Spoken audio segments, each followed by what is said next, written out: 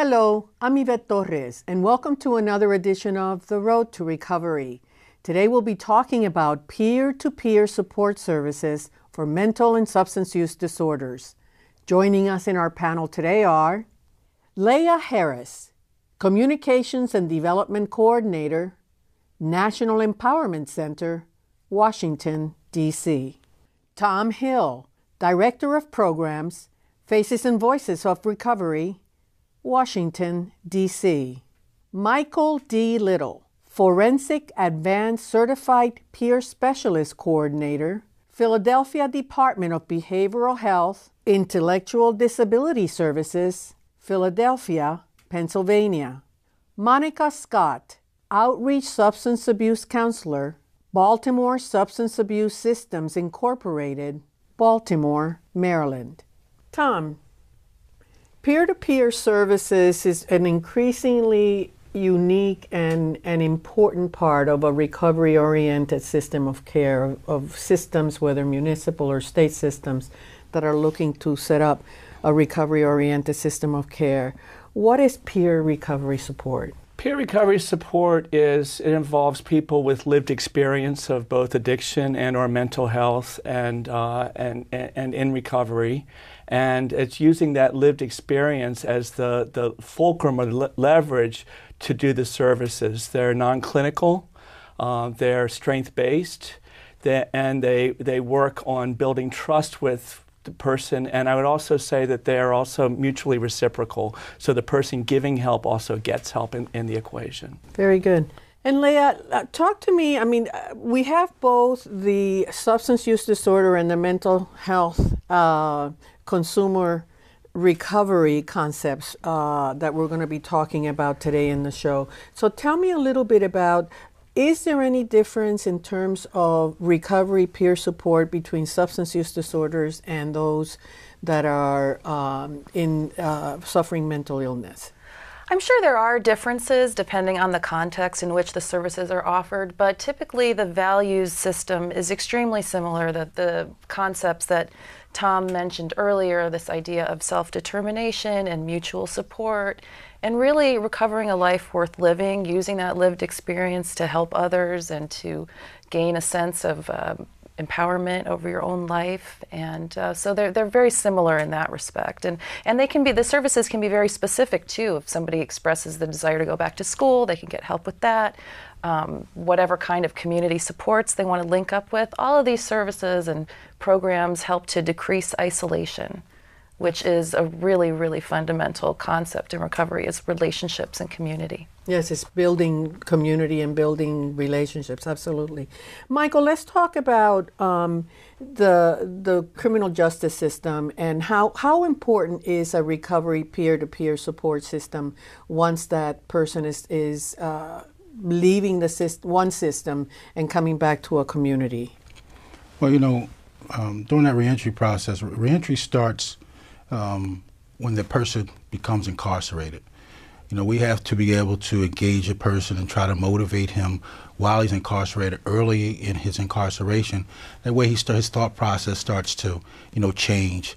And in being able to engage that particular person, it's just not just about peer support. Those correctional officers also have to be part of that peer culture, because they're spending 40 hours plus, working with individuals. Having that forensic CPS in a person's life is monumental because, it's trust building. And also, as Tom had mentioned, that lived experience of incarceration. A person knowing that, okay, I've been behind these walls and here I am outside of these walls now and I'm working, and this is the kind of blueprint that I utilized, for my recovery process also. Not to say that everybody's blueprint is going to work, but it's one of the things is just educating people and giving them a time, for them to reflect on how they want to re-enter back into society. And Michael, were you in that system before, and now you're out and you're working with that community? Yes, I'm formerly incarcerated. I'm a returning citizen. And I'll also spend time in a halfway house, which I think halfway houses are monumental. as opposed to just being thrust back into society. You still need that structured environment, to regain your own empowered, self and identify what's going on in your life and how you can move forward. It's really about trying to find what's going to work for you in that process of incarceration. So, incarceration is something that touches a lot of people's lives. A lot of families have somebody that's incarcerated. Absolutely. How did you determine that you wanted to become a peer support person? During my incarceration, I started taking some self-help groups. And once I started taking the self-help groups, looking around at the room, I said, I wanted to become one of the facilitators of the groups because I still needed some more time myself in the groups also. So I became a facilitator, and next thing I knew, I was in a therapeutic community, also facilitating in the therapeutic community, and just being able to assist the counselors and the therapists during that process. I felt that was something that I wanted to do. It engaged you. Once I was on the streets, yes. Very good. Monica, let's talk about what distinguishes peer recovery support from other approaches that support people in recovery. Well, one of the major things that peer support does is it gets the individual who is being supported the opportunity to get shared life experiences from a person who has sustained recovery or has had long-term recovery, to be able to effectively transition back into society.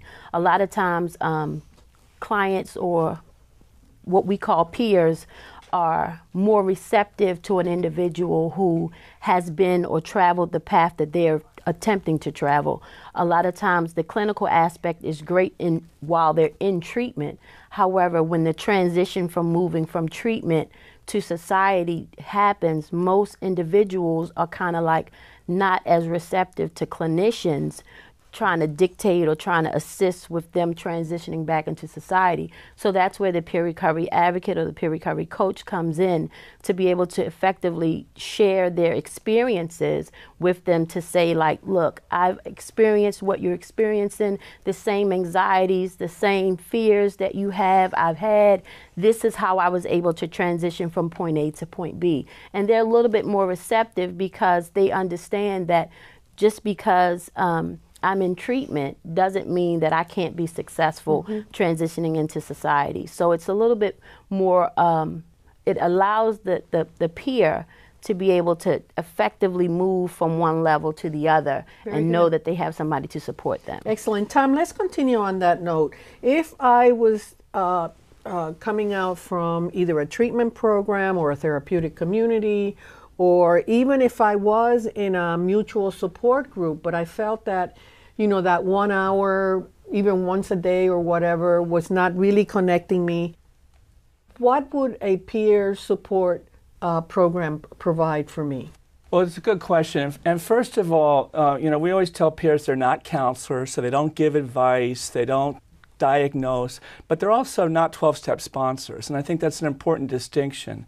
But a peer-to-peer experience, as someone's entering the community from whatever treatment or institution, the peer will help them have a soft landing and provide them with community resources, community connection, housing, education, employment, venues to that. Maybe it may be something like childcare. It could be instrumental, it could be emotional, it could be educational, or it could be what we call affiliational. So affiliation means connection to family, community, to other people that are in an organized recovery environment. And those things are really important if somebody feels like they're entering a community that's recovery friendly as opposed to recovery hostile. And for a lot of folks that enter communities, communities don't understand recovery and don't really know how to support that. So that's a part of this larger recovery orientation that peers are a part of. And how has the system itself, the recovery support system, or the peer-to-peer support system, changed over time, Tom? I know you started with the programs back in 1998 when SAMHSA was able to put together the first grant proposals that went out on the street for these services. Well, that was called the Recovery Community Support Program, which changed to the Recovery Community Services Program in 2001. So between 1998, there were advocacy grants that switched over to peer services, and the advocacy is still an important part of that. But you know, SAMHSA had the foresight that if they harnessed the energy that was happening in the recovery community, they could sort of seed these organizations. So 15 years later, if you look across the country and you see recovery community leaders, many of them came out of that 1998 cohort that SAMHSA provided the funding and the resources for. And so in that 15-year span, amazing things have happened. So RCSP, that's the name of what we call that grant. Some are direct descendants of that, but that's filtered out to lots and lots of communities that haven't had those grants, but have started that kind of organizing and those kind of peer services all across the country. So it's been very, very exciting. Very good. Leah, I want to hear from the mental health community. How have the programs evolved? I believe they started back in 2005 or so. Yeah, I mean, this you could say that there's been a movement of people, really even since the early 70s, who've been seeking to have, for peers and people with lived experience to have more of a voice in the programs, policies, services, everything that affects them directly. So that's been growing slowly over time, but now instead of being on the fringes or on the margins, we're much more represented at the tables in all of those areas that I mentioned, in helping to set policy, in helping to determine programs, in the delivery of services. There's been a move much more towards collaboration with mental health professionals and people with lived experience. So it's that kind of spirit of collaboration that I think is really enriching the way in which mental health care is delivered, and it's increasing over time. And so the peer-to-peer, it's also very similar to the substance use disorders. As a matter of fact, I suspect that now both systems are dealing with the mental health. It also has co-occurring conditions, so you deal with substance use disorder as well as the substance use disorders also has people that suffer with co-occurring as well. But when we come back, we'll continue to talk about peer-to-peer support. We'll be right back.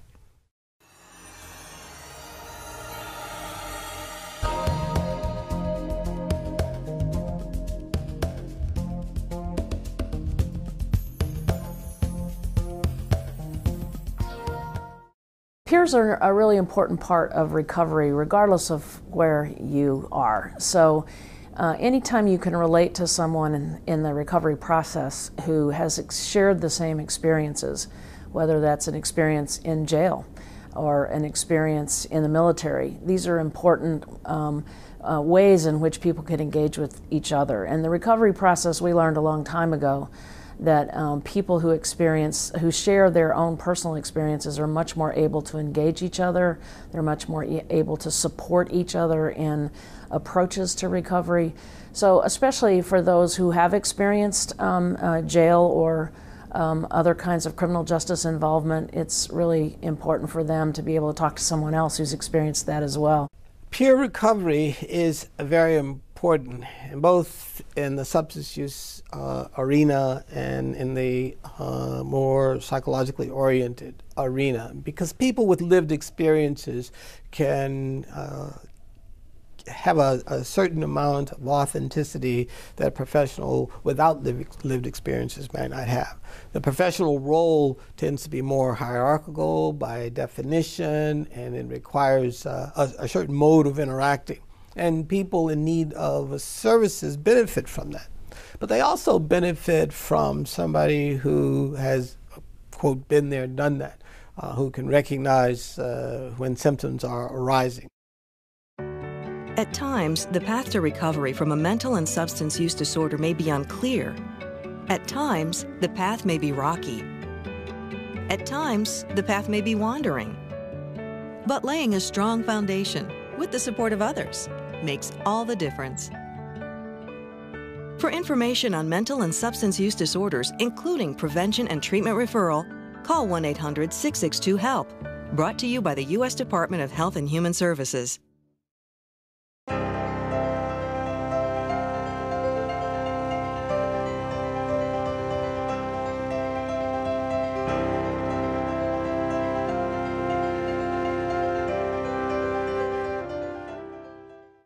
early in my recovery, I learned two things. I learned the power of giving back and volunteerism and service, and I learned how that promoted my own recovery. And I also learned how to be a change agent, and that if I didn't like the way something was, that I had the empowerment to go ahead and try to make changes with that. And when I first started working with peer services, those two things were essential ingredients in why peer services worked. Because in the recovery community, in the addiction recovery community, folks are pretty well trained to give back and know the value of service and volunteerism. And also that if something needs changing, we have the experience of changing ourselves, and we've learned how to do that on a larger scale. And Michael, I'm going to come back to you related to the justice system. As we're trying to get the Affordable Care Act implemented, how is it that now we're going to incorporate some of these reintegration or community integration efforts into that whole ACA? Is that plausible to say that that's going to be something that we're looking at right now? Well, you know, in the up and coming future, having that Affordable Care Act is going to be monumental in the person's recovery process that is transitioning from state correctional facilities as well as regular state mental hospitals. How so? Well, you know, if a person doesn't have health care, you know, oftentimes when you're going into treatment, you're going to need some kind of Medicaid or Medicare, you know, to be able to be seen during this process. You know, we also know that several of the programs are closing, you know, because of the lack of Medicaid and the resources for treatment. You know, treatment is one of the things that's is an ongoing process and monumental in everyone's recovery process. And, you know, it's not just criminal justice involved. It's not just people with mental health challenges. It's people around America. You know, there's a lack of insurance, you know, to pay for care. Very good. Monica, you're an outreach coordinator.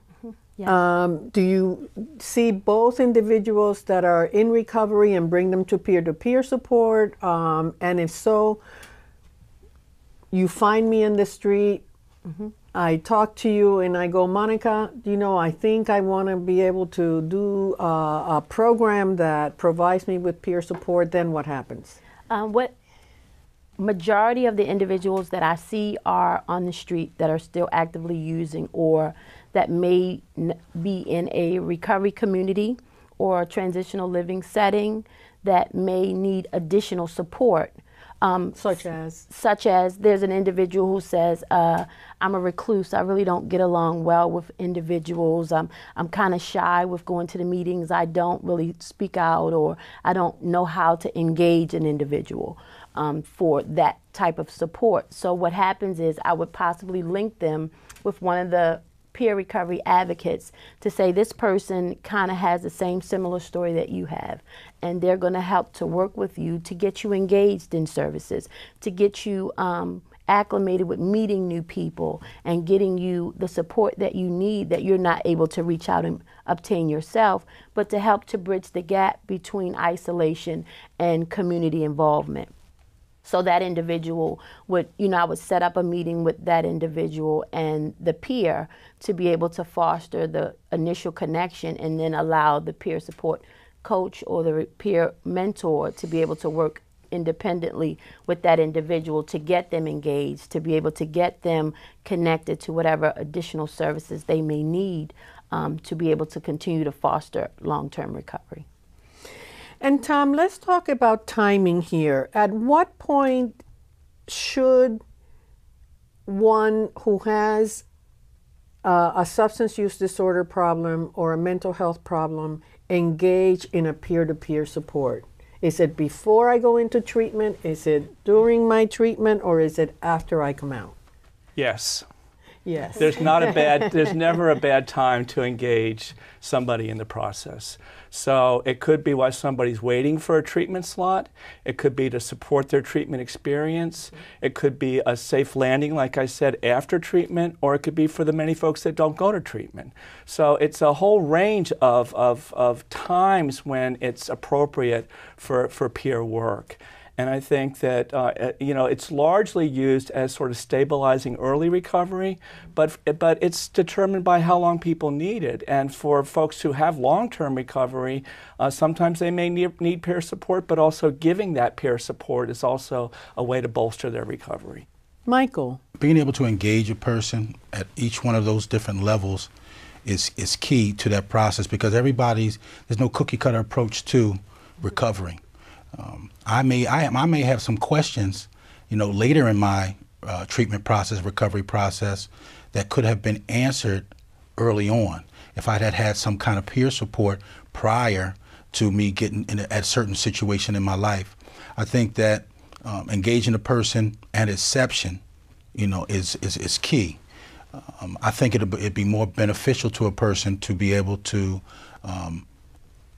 become feeling safe and comfortable around someone who's going through that same particular process. Yeah, and a specific example that came to mind when people were talking was like the importance of having peers in, let's say, a psychiatric emergency room, for example. I mean, what can often be a terrifying experience for someone who's already in emotional distress.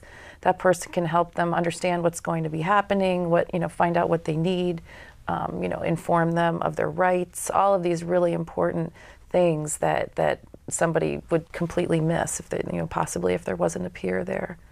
That makes absolute sense. Yeah. Monica, let me go back to you and note that if in fact, and Tom alluded to this, I'm still using. I can still go into a peer support program and say, for example, I'm still an active user, either alcohol, drugs, but I want to find out more about where I can get help.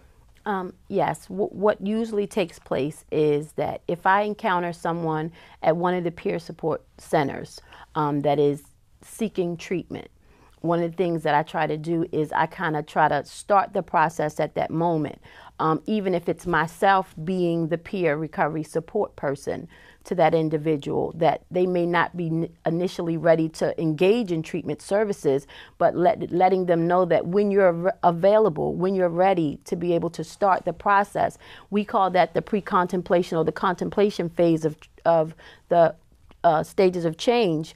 And what happens is to let them know that I remember when I wasn't ready for treatment and people told me that this is what I needed or this is what I wanted, that they were there to support me when I was ready to engage in services. So to let them know that if they have some type of contact information that they can call me or I can call them to say, hey, look, how are you doing? What's going on with you? If they have any type of medical conditions, have you been to the doctors lately? Have you been taking your medication? All of those kind of things are part of the peer support process to be able to let them know that not only do you need to recover from the drugs, but there are medical issues that you need to recover from as well. Very good. Tom, I'm going to ask the critical question. Michael talked about Medicaid, Medicare, coverage of services for health. If I walk into these peer-to-peer, am I going to have to pay you money? Well, I think that depends on the state. All of that's changing with the Affordable Care Act. So there's going to be opportunities for it to be reimbursed and paid for by a variety of government and private payers because the landscape's changing. But I think for the most part, we've tried to build peer services so they're either very low cost or free. I always say it's not the country club set we're serving here, it's folks who really need it and often don't have the health insurance yet, right now, or the money to pay for that. All that will change, but it's the accessibility and the affordability that really make peer services, I think, really engaging and really valuable. And Michael, if folks are referred from the court system, they're automatically covered and the units of care are taken care of? No, that's like Tom says, case by case. Benefits have to be cut on. And one of the things is that, I know guys that are transitioning that I deal with, first thing they want to talk about is how do I get my benefits cut on? This way they can get, some money in their pockets, get to see the treatment people that they need to see on a continuum basis. Because, it's really about, continuity of care. If we're getting services inside the walls, we need to be able to keep those things turned on and acclimated ASAP. And I want to come back and continue this conversation and touch on something that you just said. If I'm coming out of an institution, I may need housing services. So let's talk a little bit about that when we return. For more information on National Recovery Month, to find out how to get involved, or to locate an event near you, visit the Recovery Month website at recoverymonth.gov. Your path to recovery isn't like mine. You have your own struggles with mental health issues. Your own challenges with substance use disorders. You also have your own abilities and strengths. But when you need a hand, reach out until you find one. For information on mental and substance use disorders, including prevention and treatment referral, call 1-800-662-HELP. Brought to you by the U.S. Department of Health and Human Services.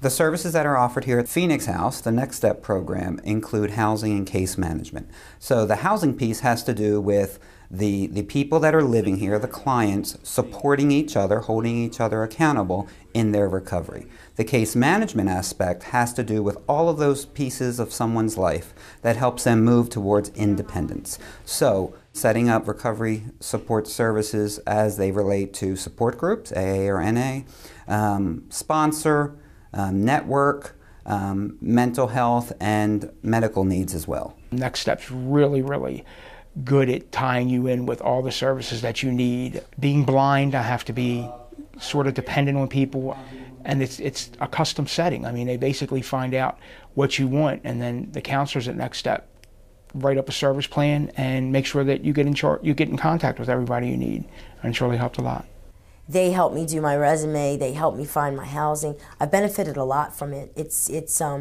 They put me through school. They pay for all my schooling because I'm in school. So they pay for all my schooling, all my books.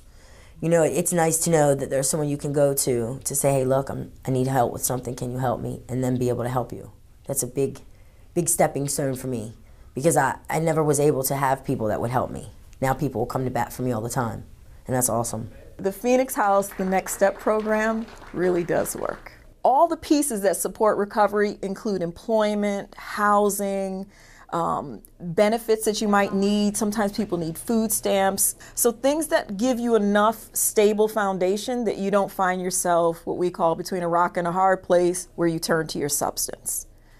And the peers are just a big part of that aspect. So you got the clinical piece that happens, but then somebody needs to break that down for them and say, here's what this really means, and this is how you actually do this.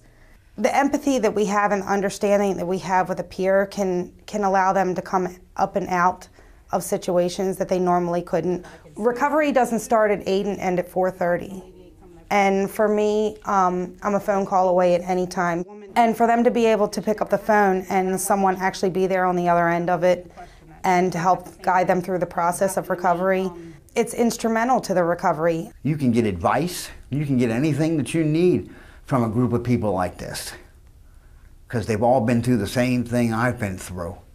And we're all here for one thing, and that's to get back on our feet and to move on. Hi. Hi, Lady on. Lady on.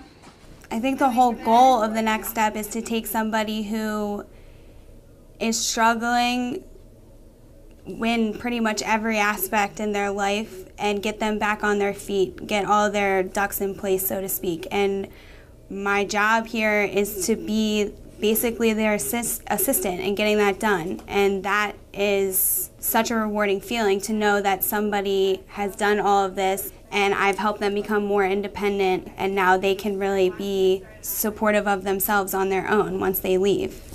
They need to understand that I go through the same thing that they go through. And it's okay. It's okay to feel bad. It's okay for you to wake up that day and not feel as good as you did the day before. And that's okay. And I'll be there for you. And in turn, they do the same for me. When I'm going through tough times, the clients know that, and they'll call me, how you doing? You know, you teach them that it's okay to feel. It's okay. And the only way that you can do that is to show them that you feel too. Now that I'm in school, see my GED, I eventually want to go to school and be in some kind of peer support like you do. Okay. You know, now that I've come through the pain and the anguish, and on the other side I've grown because of it, now it's like it's important to me to help someone else. It's important to me because helping you helps me. Helping someone else makes me feel good, and it's part of my recovery. To help someone else keeps me right where I need to be. Because I learn from your experiences and you learn from mine.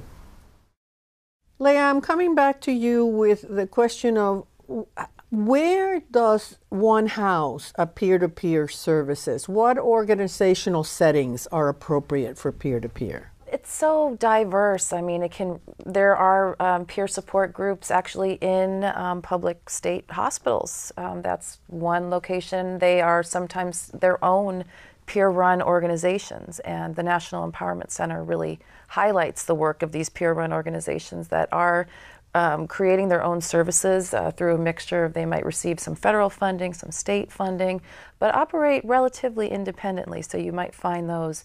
You have a very exciting development called the Peer Crisis Respite, which is almost like a home-like setting. It's a small, tastefully decorated house where people can come who are in crisis. They get round-the-clock support.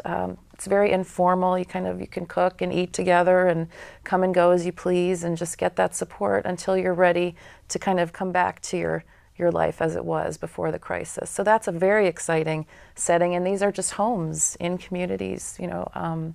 So it really can run the gamut, pretty much, like I said, from a state hospital institution to these small home-like environments. Go ahead, Michael. Just piggybacking off that decreases hospitalization. Absolutely. So that decreases also costs. And that's what we want to see, you know, decrease of costs as well as hospitalization. And if a person in the community knows that I have a place of respite to go to, and I don't have to go behind a wall, you know, that's less anxiety and less being overwhelmed, that I can go into a place where I can feel warm and comfortable, and have that just opportunity just to have like a safe haven. Absolutely. And let's talk about the housing. I wanted to come back from the last panel to the whole issue of housing. How difficult is it to get housing for individuals that are leaving the justice system? Oftentimes, I know for myself, the men and women that I engage, we are using the shelter system right now. They have to, you know, go through an intake process and get properly placed. You know, it depends on their actual offense. Some of the facilities who house the homeless don't take certain individuals because of certain offenses. So housing is something that is we're working on as a system. Is working on, and it's definitely a great need, because there's not enough houses to realistically contain, you know, the epidemic of housing, you know, for those who are incarcerated. And Tom, that certainly holds true also for someone that that's in recovery for substance use disorder. If a peer-to-peer system is attempting to get them help with housing, I mean, I think there are more options such as Oxford houses, and very successful, by the way. I mean, almost 80% of sobriety rates and sustainment, you know, for individuals who are there. So talk to me a little bit more about that. Well, Oxford House has you know, 30 or more years of history in terms of affordable recovery housing across the country. And now we also have the National Alliance of Recovery Residences, which is organizing other kinds of recovery housing. But the essential thing is... And what do they do, the National Alliance? They're developing standards, and they're developing a network across the country that... Of everyone who provides. Correct. Including Oxford houses. I don't think they include Oxford houses yet. I think they're parallel systems right now. The important thing to sort of underline here is that for somebody in early recovery, there's two things that are unarguably essential, and it's housing and employment.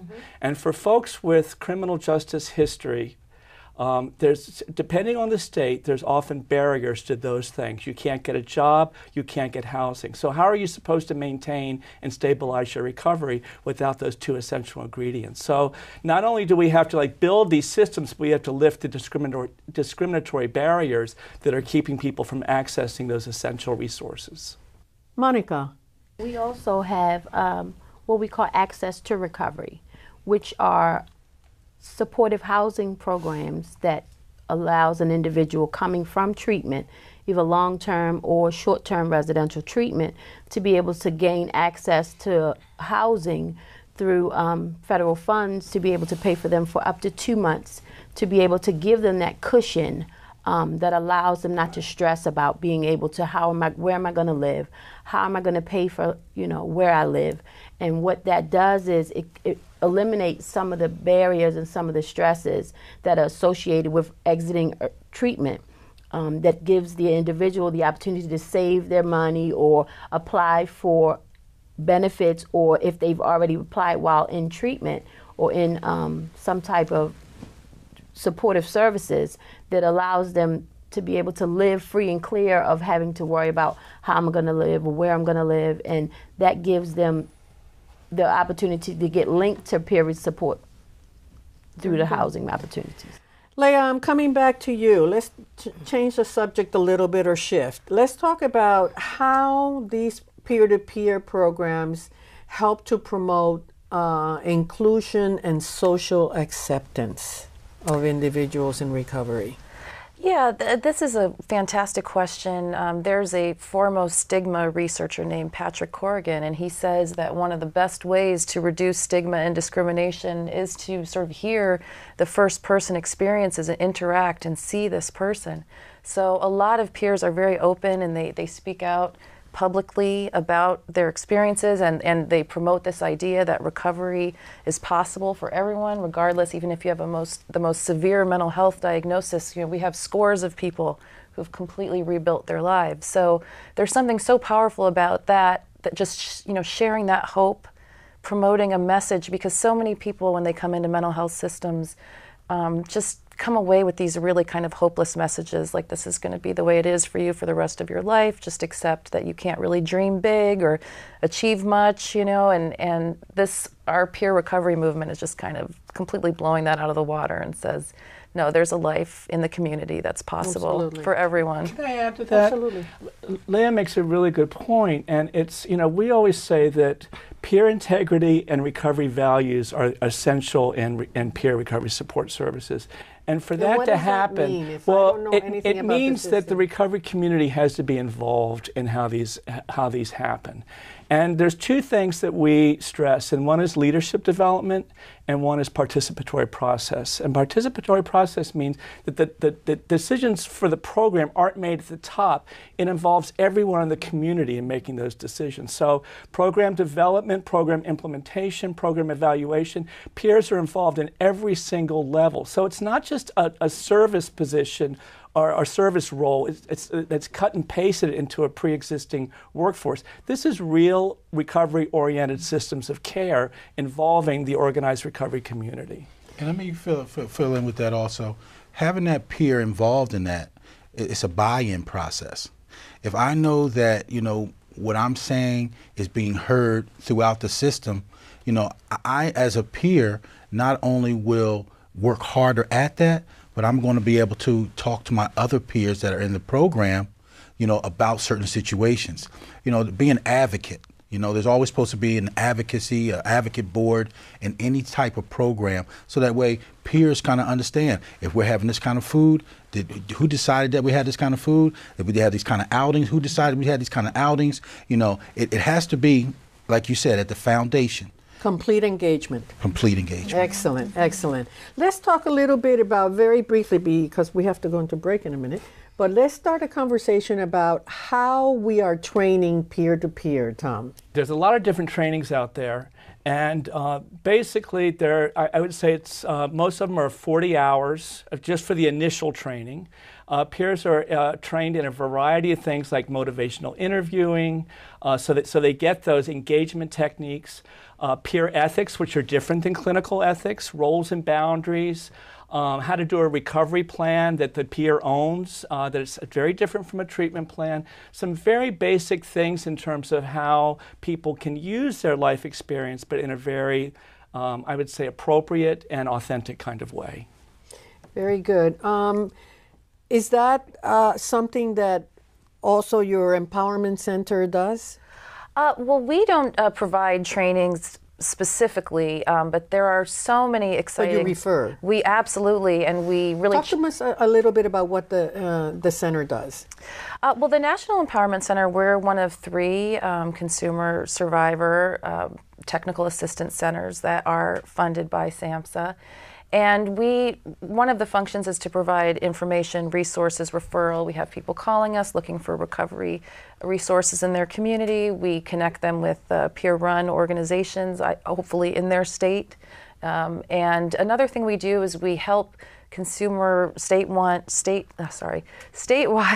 consumer-run programs to develop their advocacy and to develop their nonprofit skills and to just become stronger advocates within their states. So that's public educators.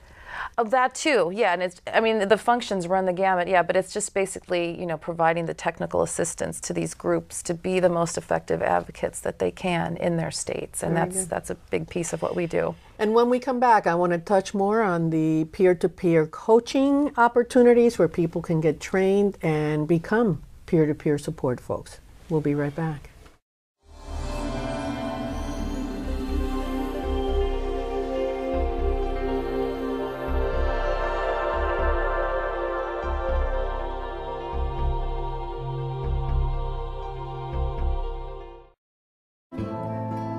Every day, I seek a positive direction for my life. Through my accomplishments. And now, with help. And support from my family and others I own. I own my recovery from addiction and depression. Join the Voices for Recovery. It's worth it. For information on mental and substance use disorders, including prevention and treatment referral, call 1-800-662-HELP. Brought to you by the U.S. Department of Health and Human Services.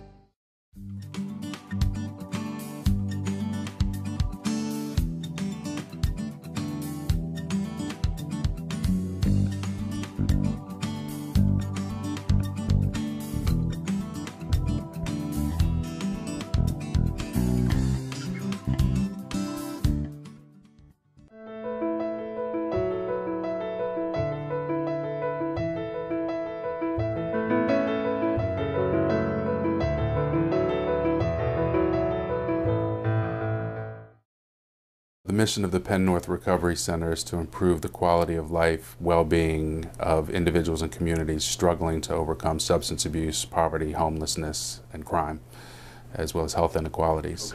After 20 years, we see on average 400 people a day come into the building to partake in some form of service, whether that's our housing program, our GED program, our job readiness program, treatment, peer support, or 12-step meetings. Penn North happens to be in the center of Baltimore City. Has a lot of history because I'm a native Baltimorean. And what it means to me is I have the opportunity to come in one of the most historic communities and help it get better. The same community that a lot of things happen for me so that I can get better in my life. That's what this place means to me. The definition of peer recovery support in my mind starts from a basis of friendship. It's about credibility, a trusting relationship, mutually beneficial, where the helper and the person being helped both receive therapeutic value. Well, peer support recovery services has helped me in the aspect of it gives me a one-on-one with someone who has come from where I come from. And I say that because of the very title of it, peer support. One of your peers are supporting you, somebody that's been where you've been, somebody that's done the things that you've done, seen what you've seen. And it's ironic because that was the purpose of me choosing to come here to this program, was because of the individuals that were in place were individuals that I knew, individuals that I trusted, individuals that knew me intimately. This has to be something that's heartfelt, something that's lived. It's not all about what I say, but watch how I live. I'm my best resource because I've been there. So a lot of times I don't have to go to a book to assist the recovery. It's all about what I already know. And that helps me to just make this thing even smooth. But being committed to this is a must. You have to have a heart for this. It's like having an extra person that's right there with you, that's going along with this process just as you are. Not to sidetrack or diminish the treatment experience that I went through, but though I went through that experience, I understand better that I need somebody right here with me, because I know I can't do this by myself. I need help. And I need someone that's gonna walk this walk with me, and that's what peer support does. This place works so well for so many. It's because of the love and the spirit that's here. It's the camaraderie. No one cares what your problem is. All they care about is what would you like for us to do to help you out. That's it. Tom, how engaged is Faces and Voices of Recovery in promoting peer-to-peer training, and what states are offering peer-to-peer training right now? Well, Faces and Voices of Recovery, we have two initiatives right now. One is ARCO, which is the Association of Recovery Community Organizations. So we have 85 members across the country, and we do capacity building and program development and leadership development with them. But we've also developed something called CAPRIS, which is the Council on Accreditation of Peer Recovery Support Services. And we're building an accreditation system to accredit recovery community organizations and other qualifying organizations that do peer services to, if they pass standards that we've set through community and through a lot of really hard work through committee work. And what types of standards? What are the standards? They'd be organizational standards, there'd be practice standards, they would be management standards, so that any organization that got accredited would be fully equipped to handle any kind of funding or any kind of development of peer recovery support services. And that means that they have to have the right level of staffing and the right referral points. And the right training of their staff and the right ethics development. So it's a really rigorous process for folks to go through, but if they go through it, I can guarantee that they're fully equipped to be able to sort of handle on any level, no matter where the services are offered. If they're offered in the emergency room, if they're offered in a treatment organization, but the recovery community organization is responsible and accountable. And responsive. Mm-hmm. Correct. Leah, is that going on also with the peer support services that you are familiar with? Yeah, I mean, at this point, there isn't sort of one standardized peer support specialist training. There are several different ones that happen. There's also more specialized trainings that people can get. For example, the Hearing Voices Network. There's a Hearing Voices training to help people learn how to facilitate these groups, which are designed for people who have that experience to help one another and learn and discuss coping strategies and things like that. So that's an example of a very specific training. We also have one called Emotional CPR. Emotional CPR, very, very strong program. Talk to me about that. Emotional CPR is a program that's really been spreading around the country. It's very exciting, and it's designed not just for peer providers, but really even for lay people, administrators, really anyone who sort of has the possibility of interacting with someone in emotional distress, family members. It can be useful for that. And it really is just a way to, it's kind of a three-step process.